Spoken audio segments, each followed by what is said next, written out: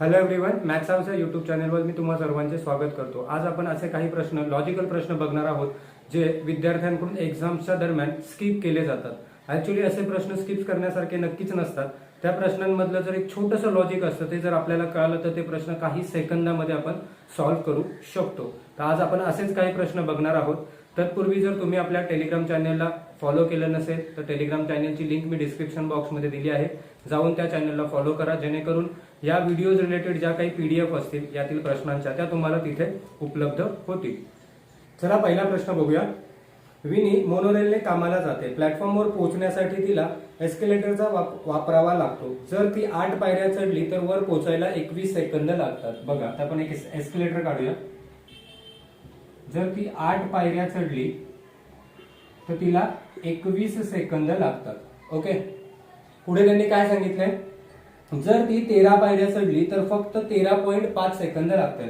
चला आता परत ती खाली आली आणि परत ती 13 पायऱ्या चढून गेली, तेव्हा किती लागले? 13.5 सेकंद लागले। ओके, पहिल्या याच्यात 8 पायऱ्या चढली तेव्हा 21, 13 पायऱ्या चढली तेव्हा 13.5 सेकंद लागले।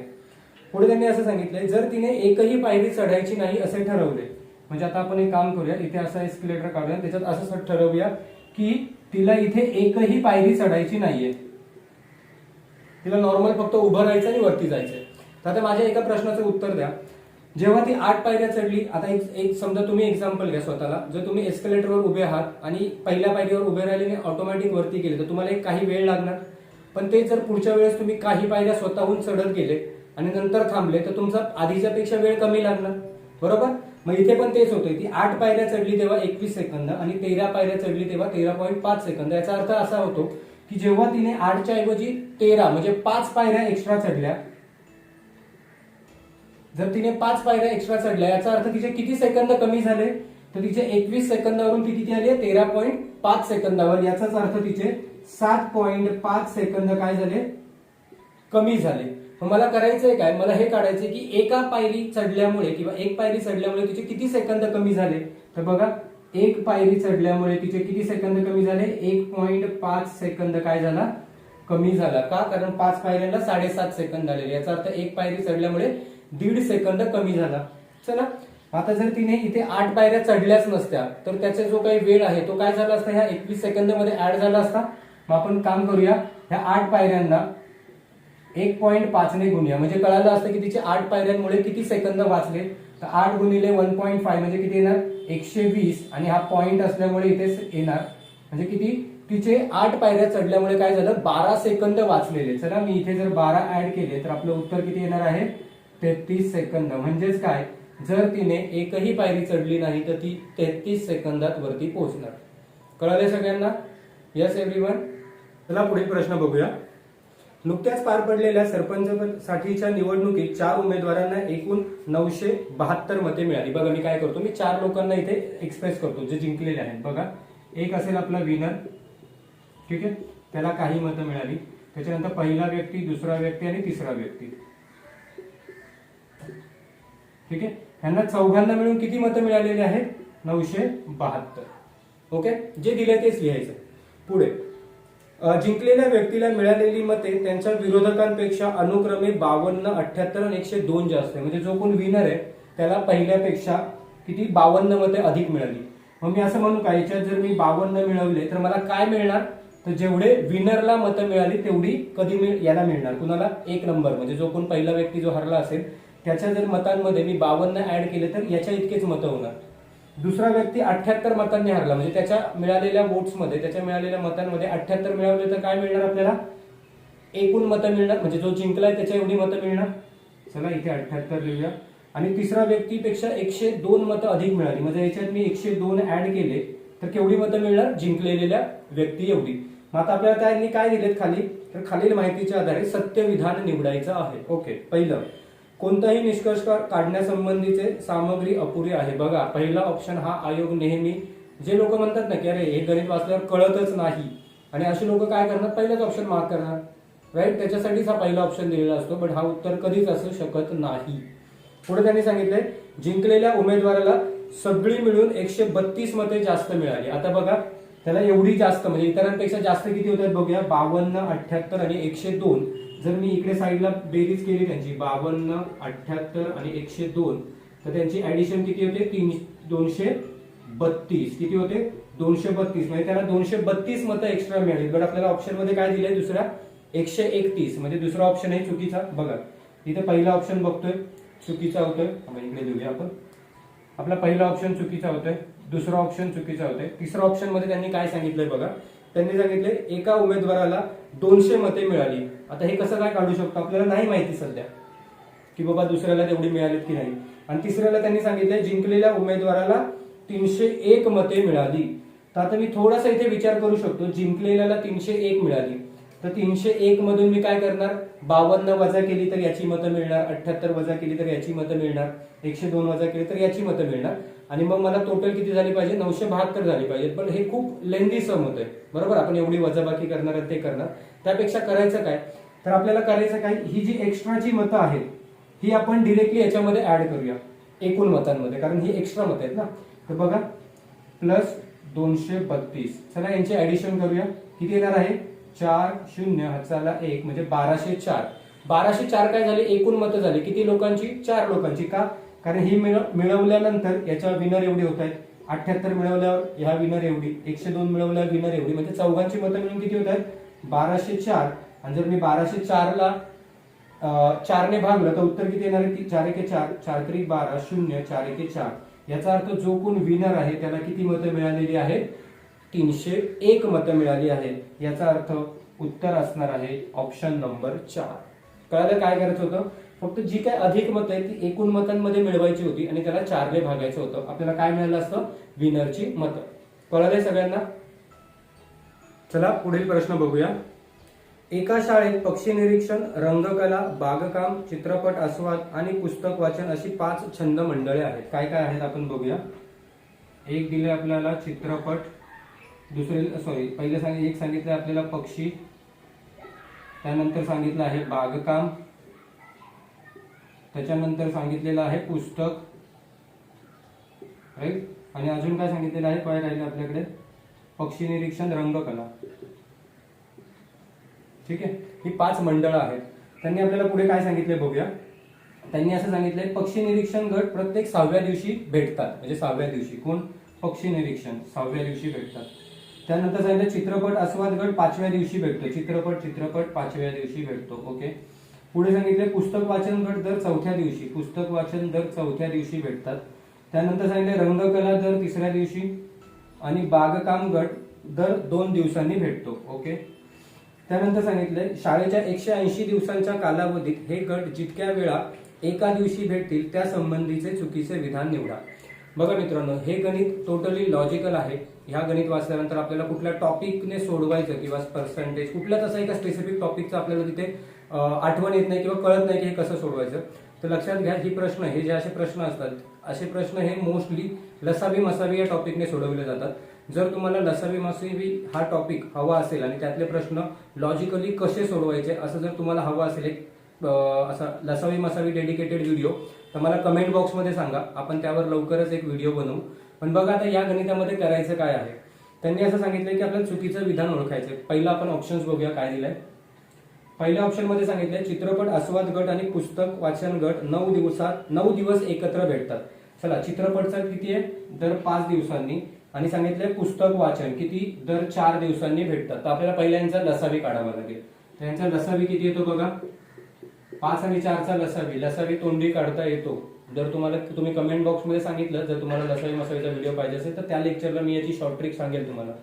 तर काय बघा इथे 5 आणि 4 यांचा लसावी येतो 20, आणि आपल्याला शाळा किती दिवस सांगितले, 180 दिवस. जर मी 180 ला भागलं तर 20 एके 20, 20 9 180, म्हणजे हे 9 वेळा भेटतात. बघा पहिल्या विधानात 9 दिलंय, 9 दिवस, येस, म्हणजे पहिलं विधान बरोबर आहे. चला दुसरं विधान बघूया. दुसऱ्या विधानात सांगितले सर्व गट 3 दिवस एकत्र भेटतील. मग मला आता काय करावं लागेल, सर्व गटांचा लसावी काढावा लागेल.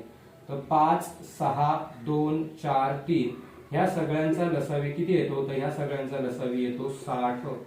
जर मी या 60 ने 180 दिवसांना भागलं तर मला येतात 3 दिवस. म्हणजे याचा अर्थ हे किती वेळा भेटणार, 3 दिवस.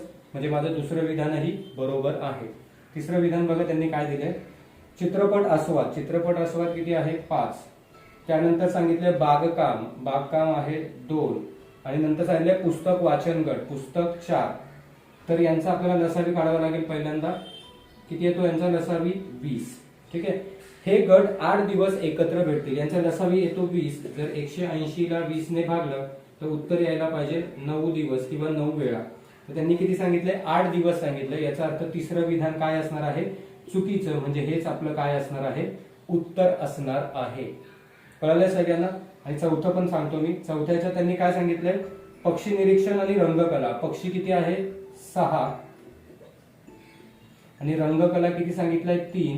यांचा लसावी किती येतो, यांचा लसावी येतो 6 आणि 6 ला जर 180 ने भागलं तर उत्तर किती येणार आहे 6. इथे येणार 30 म्हणजे 30 दिवस. तर आपलं चौथं विधान हे काय आहे बरोबर आहे. याचा अर्थ याचं उत्तर काय असणार आहे चुकीचं विधान ऑप्शन नंबर 3. बघा लसावी मसावीचे खूप सारे प्रश्न आयोगाकडून विचारले जातात ज्यामध्ये आपल्याला कळत नाही की हा प्रश्न नक्की लसावी मसावीचा आहे की नाही. तर त्या बाबतीत आपण लवकरच एक व्हिडिओ बनवू. तुम्ही तसं कमेंट बॉक्स मध्ये मला कळवा. चला पुढचा प्रश्न बघूया. संख्या n ग्रेटर दॅन 3 म्हणजे संख्या n ही 3 पेक्षा मोठी आहे. n ला 3 ने भाग जातो. ओके, जी काही संख्या आहे ह्या संख्येला काय होतो n ला 3 ने भाग जातो परंतु 6 ने भाग जात नाही. म्हणजे n ला 6 ने भाग जात नाही तर खालीलपैकी कोणत्या पर्यायाला 4 ने भाग जातो. खूप सोपा प्रश्न आहे. असे प्रश्न मुलं सोडतात. का सोडतात माहिती नाही. बघा त्यांनी काय सांगितलंय n ही 3 पेक्षा मोठी आहे. मग 3 पेक्षा काही असू शकतं 4 5 6 7 8 9 10 कोणतीही संख्या असू शकते. पुढे त्यांनी सांगितलंय 3 ने भाग जातो. तर मग मी 3च्या पेक्षा मोठी आणि 3 ने भाग जाणारी अशी संख्या लिहितो. पहिलीच लिहितो 6. पण आता 6 जर संख्या लिहिली तर त्यांनी सांगितलंय 6 ने भाग जात नाही n ला. म्हणजे 6 घेऊन चालणार का नाही. मग 3च्या पाड्याची दुसरी संख्या येते 9. चला 9 ला 3 ने भाग जातो पण 6 ने भाग जातो का नाही जात. याचा अर्थ आपल्याला संख्या कुठली घ्यायची आहे n बरोबर 9. म्हणजे माझ्याकडे n ची व्हॅल्यू किती आली 9. पुढे त्यांनी सांगितलं तर खालीलपैकी कोणत्या पर्यायाला 4 ने भाग जातो. चला आता आपण पहिला पर्याय बघूया. काय लिहिलंय 2n. 2n म्हणजे किती 9 गुणिले 2 18. 18 ला 4 ने भाग जाईल का नाही. दुसरा पर्याय आहे 3n. चला 9 गुणिले 3 बरोबर 27. 27 ला 4 ने भाग जाईल का नाही. तिसरा पर्याय आहे 2n प्लस 4 म्हणजे 2 गुणिले 9 अधिक 4. 9 दुने 18. 18 आणि 4 किती होतात 22. 22 लाही 4 ने भाग जात नाही. याचा अर्थ आपलं उत्तर काय असणार आहे ऑप्शन नंबर 4. कारण 3 उत्तर तर कन्फर्म चुकीची आहेत. म्हणजे उत्तर काय असणार आहे चौथं. तरी आपण चेक करूया. एक्झामला जर 3 उत्तरं चुकीची आली तर चौथं उत्तर चेक करत बसायचं नाही. इथे बघूया आपण काय दिले आपल्याला 3n प्लस 1 म्हणजे 3 गुणिले 9 अधिक 1. 9 त्रिक 27 आणि 1 28. 28 ला 4 ने भाग जातो. Yes right. म्हणजे उत्तर काय असणार आहे ऑप्शन नंबर 4. कळालंय सगळ्यांना. चला पुढील प्रश्न बघूया. काय सांगितलंय पुढच्या प्रश्नात n च्या कोणत्या मूल्यासाठी संख्या. आता इथे जरा प्रिंट नीट झाला नसेल. ऍक्च्युली असं सांगितलंय n च्या कोणत्या मूल्यासाठी संख्या काय आहे 10 चा n पॉवर 10 चा घातांक n अधिक 1. 10 चा घातांक n अधिक 1 यामधील अंकांची बेरीज 2 आहे. तर आपल्याला n ची व्हॅल्यू फाइंड आउट करायची आहे. त्या प्रश्नामध्ये प्रिंट नीट झालेलं नाहीये. ते असं आहे 10 चा nth घात 10 चा n वा घात. ओके 10 चा 9th पॉवर. ओके सो थोडंसं तिथे लक्ष द्या. तर आपल्याला असं काढायचं होतं की n ची व्हॅल्यू काय असणं गरजेचं आहे जेव्हा यातील अंकांची बेरीज काय सांगितलंय यातील अंकांची बेरीज 2 असेल. ठीक आहे अंकांची बेरीज 2 असेल. तर बघा त्यांनी पहिलं वाक्य सांगितलंय. पहिला ऑप्शन दिलाय फक्त n बरोबर 0 साठी. बघा त्यांनी सांगितलंय n ची व्हॅल्यू 0 असेल तेव्हा काय असणार यातील अंकांची बेरीज 2 असणार. चला चेक करूया. 10 चा 0वा घात अधिक 1 किती येणार आहे. कोणत्याही संख्येचा 0 घात म्हणजे किती येतो 1 येतो. 1 अधिक 1 बरोबर 2. ओके 2 आली बेरीज. म्हणजे आपलं पहिलं उत्तर बरोबर असणार का. तर बघा हा प्रश्न आहे UPSC चा ज्यामध्ये त्यांनी इथेच मुलांना फसवण्यासाठी पहिलाच ऑप्शन दिलाय n बरोबर 0 आणि त्याच्यात पुढे लिहिलंय फक्त लिहिलंय. याचा अर्थ फक्त ह्याच व्हॅल्यूसाठी बेरीज 2 येते असं याचा अर्थ होतो. पण तसं बघायला गेलं तर बहुतेक विद्यार्थी हे इथेच राईट करणार का कारण 2 बेरीज आली. मग आम्ही लगेच याला मार्क करणार आणि नंतर कळणार की उत्तर चुकलं. मग अशा वेळेस करायचं काय तर पुढचा एखादा ऑप्शन तरी चेक करून बघायचा. जर हे राईट आहे असं वाटत असेल तर पुढचे ऑप्शन चुकीचे असणार, बरोबर. पण जर दुसरा एखादा ऑप्शन राईट आला तर मग आपल्याला विचार करावा लागणार आहे. आपण यामध्ये दुसरा ऑप्शन चेक करूया. त्यांनी असं सांगितलंय, कोणत्याही n बरोबर पूर्ण संख्येसाठी, n बरोबर कुठलीही पूर्ण संख्या. आता पूर्ण संख्या कोणत्या रे? पूर्ण संख्या कुठून चालू होतात? शून्यापासून. पूर्ण संख्या कुठून चालू होतात? तर पूर्ण संख्या ह्या 0, 1, 2, 3 पासून चालू होतात, बरोबर. आता 0 तर आपण चेक केलंय, आता आपण 1 घेऊन चेक करूया काय येते. चला, 10चा पहिला घात अधिक 1. 10चा कोणत्याही संख्येचा पहिला घात म्हणजे तीच संख्या असते. 10 अधिक 1 बरोबर 11. अरे यातील अंकांची बेरीज किती आली? 2, बरोबर. बघा 11 म्हणजेच किती? 1 अधिक 1 2. अरे इथे तर आली. आपण 2 पण घेऊन चेक करूया नक्की काय होतंय. 10चा दुसरा घात अधिक 1 म्हणजे 100 अधिक 1 बरोबर 101 आणि 1 अधिक 0 अधिक 1 बरोबर, अरे इथे पण 2 येते. मग याचा अर्थ मला फक्त 0 मार्क करून चालेल का? नाही. मग मला काय घ्यावं लागेल? n कुठलीही पूर्ण संख्या. मग n ची व्हॅल्यू काही असू द्या, 0 पासून इन्फिनिटी पर्यंत असू द्या, त्याच्या प्रत्येक वेळेस जे काही उत्तर येणार याचं हे आणि त्यातल्या अंकांची बेरीज ही नेहमी काय येणार? 2च येणार. म्हणून माझं उत्तर काय असणार आहे? Option number 2. बघा इथे घाई केली तर आपल्याला वाटणार आपलं हे उत्तर बरोबर येते आणि आपण मार्क करणार आणि नंतर कळणार की अरे हे तर चुकीचं होतं. राईट आहे पण त्यांनी फक्त हा शब्द लिहिल्यामुळे हे चुकीचं ठरतंय. आपल्याला इतर पण संख्या येत आहेत ना, असंच नाही फक्त शून्यासाठी, 1 साठी, 2 साठी, उद्या 3 पण करा. 10चा तिसरा घात किती येतो? 1000. 1000 मध्ये 1 मिळवलंय 1001 आणि 1001 मधील 3 सगळ्यांची बेरीज केली तर परत 2च मिळत आहेत. याचा अर्थ n ची व्हॅल्यू काही असू द्या, पूर्ण संख्या 0 पासून इन्फिनिटी, ते आपलं उत्तर असणार आहे ऑप्शन नंबर 2. कळालंय सगळ्यांना? झाडावर अमृताने भरलेली काही फुले आहेत आणि त्यावर काही मधमाशा घिरट्या घालत आहेत. प्रत्येक फुलावर एक मधमाशी उतरली तर एका मधमाशीला बसण्यासाठी फूल शिल्लक राहत नाही. प्रत्येक फुलावर 2 मधमाशा आल्या तर एक फूल शिल्लक राहील. फुले व मधमाशांची अनुक्रमे संख्या किती? बघा अशा प्रकारचे लॉजिकल प्रश्न येतील तेव्हा प्रश्न वाचल्यानंतर जर आपल्याला काही कळालं नाही तर ऑप्शन्स पहिल्यांदा बघायचे. आपल्याला विचारलं काय आहे? तर फुलं आणि मधमाशांची संख्या. याचा अर्थ आपल्याला ऑप्शन्स मध्ये जे काही नंबर दिले असणार ते पहिले असणार आहेत फुलं आणि नंतर असणार आहेत मधमाशा. आपला पहिला ऑप्शन्स बघा काय आहे? 2 आणि 4. म्हणजे पहिल्या ऑप्शन मध्ये सांगितले 2 फुलं आहेत आणि 4 मधमाशा आहेत.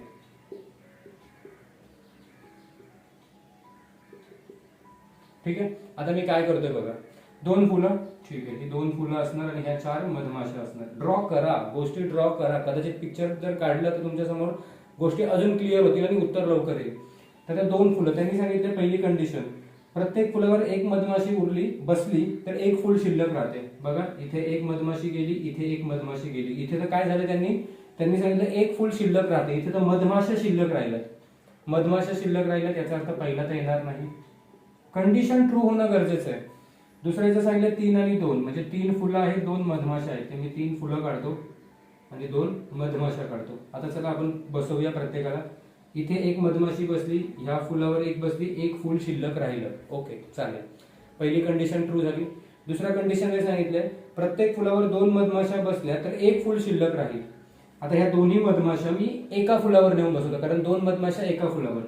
मग ह्या 2 मधमाशा ह्या फुलावर बसल्या. आता अरे इथे तर 2 फुलं शिल्लक राहिली म्हणजे इथे दुसरी कंडिशन काय झाली? फुलफिल झाली नाही. याचा अर्थ दुसरी कंडिशन इथे ट्रू होत नाही म्हणून हे विधान चुकीचं आहे किंवा हा ऑप्शन चुकीचा आहे. तिसऱ्या याच्यात काय सांगितलंय? 3 आणि 4 म्हणजे 3 फुलं आहेत आणि 4 मधमाशा आहेत. चला 3 फुलं काढूया आणि 4 मधमाशा काढूया. पहिली कंडिशन प्रत्येक फुलावर एक बसली तर काय होतंय? उतरली तर एक मधमाशीला बसण्यासाठी फूल मिळत नाही. चला एक इथे बसली, एक इथे बसली आणि ही इथे बसली. तर ह्या मधमाशीला फूल मिळालं का? नाही मिळालं. म्हणजे माझी पहिली कंडिशन फुलफिल झाली, एक मधमाशी उरली. दुसऱ्या कंडिशन मध्ये सांगितलं प्रत्येक फुलावर 2 मधमाशा बसल्या. प्रत्येक फुलावर 2 मधमाशा. आता मी परत काढतो. आता ह्या 2 मधमाशा ह्या फुलावर बसल्या, ह्या 2 मधमाशा ह्या फुलावर बसल्या. तर हे फुल माझ्याकडे काय राहिलं? शिल्लक राहिलं. म्हणजे माझी इथे दुसरी कंडिशन काय झाली? फुलफिल झाली. तर माझं उत्तर काय असणार आहे? Option number 3. 3 फुलं आणि 4 मधमाशा. बघा पिक्चर काढून जर गोष्टी क्लिअर होत असतील तर करत चला जेणेकरून उत्तर लवकर येईल आणि जास्त वेळ तिथे आपण अडकून राहणार नाही. कळाला हा प्रश्न सगळ्यांना? चला पुढचा सम बघूया. 150 पाने असलेल्या पुस्तकाला 1 ते 50 क्रमांक द्यावयाचा असल्यास एकूण छापलेल्या अंकांची संख्या किती? बघा 1 ते 150 पानांचं पुस्तक आहे आणि प्रत्येक पुस्तकाला प्रत्येक पानाला नंबर द्यायचा आहे, तर त्यांना किती अंक छापावे लागतील? तर बघा जायचे किती 1 ते 150 पर्यंत. ठीक आहे, मला किती अंक छापावे लागतील असं विचारलं, तर मी काय करतोय बघा, मला सांगा 1 ते 9 अंक हे कसे आहेत रे? एक अंकी आहेत. मग एक अंकी अंक एकदाच प्रिंट करण्यासाठी काय लागणार? 9 वेळा. बघा 1 ते 9, 1 2 3 4 5 6 7 8 9, म्हणजे इथे तुम्हाला 9 वेळा अंक प्रेस करावे लागणार. जर मी 10 पासून 99 पर्यंत गेलो तर हे काय झाले? 2 अंकी संख्या झाल्यात. किती संख्या आहे? 2 अंकी. पहिल्या 9 सोडा आणि 100वी सोडा, म्हणजे ह्या किती आहे? टोटल 90 संख्या आहेत, म्हणजे 180 अंक. चला इथे थोडं चेंज करूया, आपण असं लिहूया एक अंकी संख्या 9 अंक, म्हणजे इथे 9 वेळा प्रेस करावं लागणार. इथे 10 ते 99 किती? 2 अंकी संख्या आणि एकूण 90 संख्या होतात, म्हणजे 180. आणि पुढे जायचंय 100 पासून 150 पर्यंत. तर बघा 100 इथे इन्क्लूड झाले आणि 101 ते 150 त्या 50 आणि 100वी अजून 1, म्हणजे किती झाल्या? 51 संख्या. म्हणजे ह्या 3 अंकी संख्या किती आहेत? 51. यांचा गुणाकार किती येणार? 150, 153. आपल्याला एवढ्या वेळा अंक प्रिंट म्हणजे प्रेस करावे लागतील किंवा काय सांगितले त्यांनी छापावे लागतील. चला बेरीज करा यांची. 9 आणि 3 2, हातचाला 12, हातचाला 1, 8 आणि 5 13 आणि 1 14 ते 4, हातचाला 1 आणि 3 342 वेळा अंक काय करावं लागेल? छापावे लागतील. म्हणजे उत्तर काय असणार आहे? Option number 2. कळलंय सगळ्यांना? इथे एक अंकी, 2 अंकी, 3 अंकी संख्या किती आहे ते काढायचे आणि जर एक अंकी असेल तर 1 ने, 2 अंकी असेल 2 ने, 3 अंकी असेल 3 ने, तेवढ्याचं गुणायचं, नंतर यांची बेरीज. कळलंय सगळ्यांना? चला पुढचा प्रश्न बघूया. शाळेमध्ये प्रत्येक विद्यार्थ्याला एक स्वतंत्र ओळख क्रमांक देण्यात आला आहे. ओळख क्रमांक 4 ने भागल्यास विद्यार्थी हा फुटबॉल खेळाडू असतो, तर ओळख क्रमांक 6 ने भागल्यास विद्यार्थी क्रिकेटपटू असतो.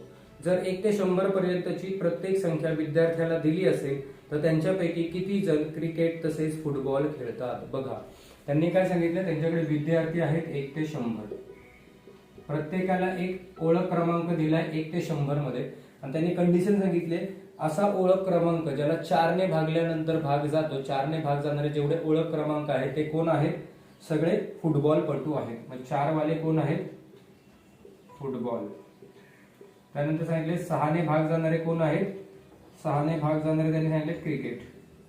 ठीक आहे, आता त्यांनी सांगितलं तर आपल्याला असे नंबर शोधायचे की 4 आणि 6 ने भाग जाईल आणि ते दोन्ही खेळ खेळत असतील. दोन्ही खेळ खेळणारे म्हणजेच काय? 4 आणि 6 ने भाग जाणारे. आपल्याला अशा संख्या शोधायच्यात 1 ते 100 मध्ये ज्यांना 4 आणि 6 दोघांनी पण भाग जाईल. मग मी इथे सिंपली करेल काय, तर 4 आणि 6 यांचं काय करावं लागेल? मला लसावी काढावं लागेल. किती येतो? 4 आणि 6चा लसावी 12. ओके, आता मला करायचंय काय, तर 1 ते 100 पर्यंतच्या 12 ने भाग जाणाऱ्या एकूण संख्या शोधायच्या आहेत. तर 12चा पाडा येत असेल आपल्याला. येस, 12 1 12, 12 8 96 पर्यंत. राईट, 12 पासून 12 8 96, 12 9 108. तो 108 घेऊन चालणार का? नाही. मग 12च्या पाड्यातील किती संख्या घ्यायच्यात आपल्याला? 8 पर्यंतच्या, म्हणजे किती येतात? 12 8 96 येतात ना. सो आपल्याला 96 पर्यंतच्या संख्या, पण त्या कुठल्या? 12 ने भाग जाणाऱ्या. म्हणजे आपल्याला एकूण किती विद्यार्थी मिळणार? तर 12 ने भाग जाणाऱ्या अशा 8 संख्या मिळणार. मग आपल्याला काय विचारलं? क्रिकेट आणि फुटबॉल खेळणारे, क्रिकेट आणि फुटबॉल खेळणारे किती असणार आहे? टोटल 8 विद्यार्थी असणार आहेत. कारण 12 ने भाग जाणाऱ्या 1 ते 100 मध्ये किती संख्या आहे? 8च संख्या आहे. त्यामुळे ह्या 8 विद्यार्थी काय असणार आहेत? जे फुटबॉल आणि क्रिकेट खेळणार आहेत. तर हा होता आजचा आपला व्हिडिओ. जर तुम्हाला व्हिडिओ आवडला असल्यास शेअर करा, लाईक करा आणि चॅनलला सबस्क्राईब करा. थँक्यू.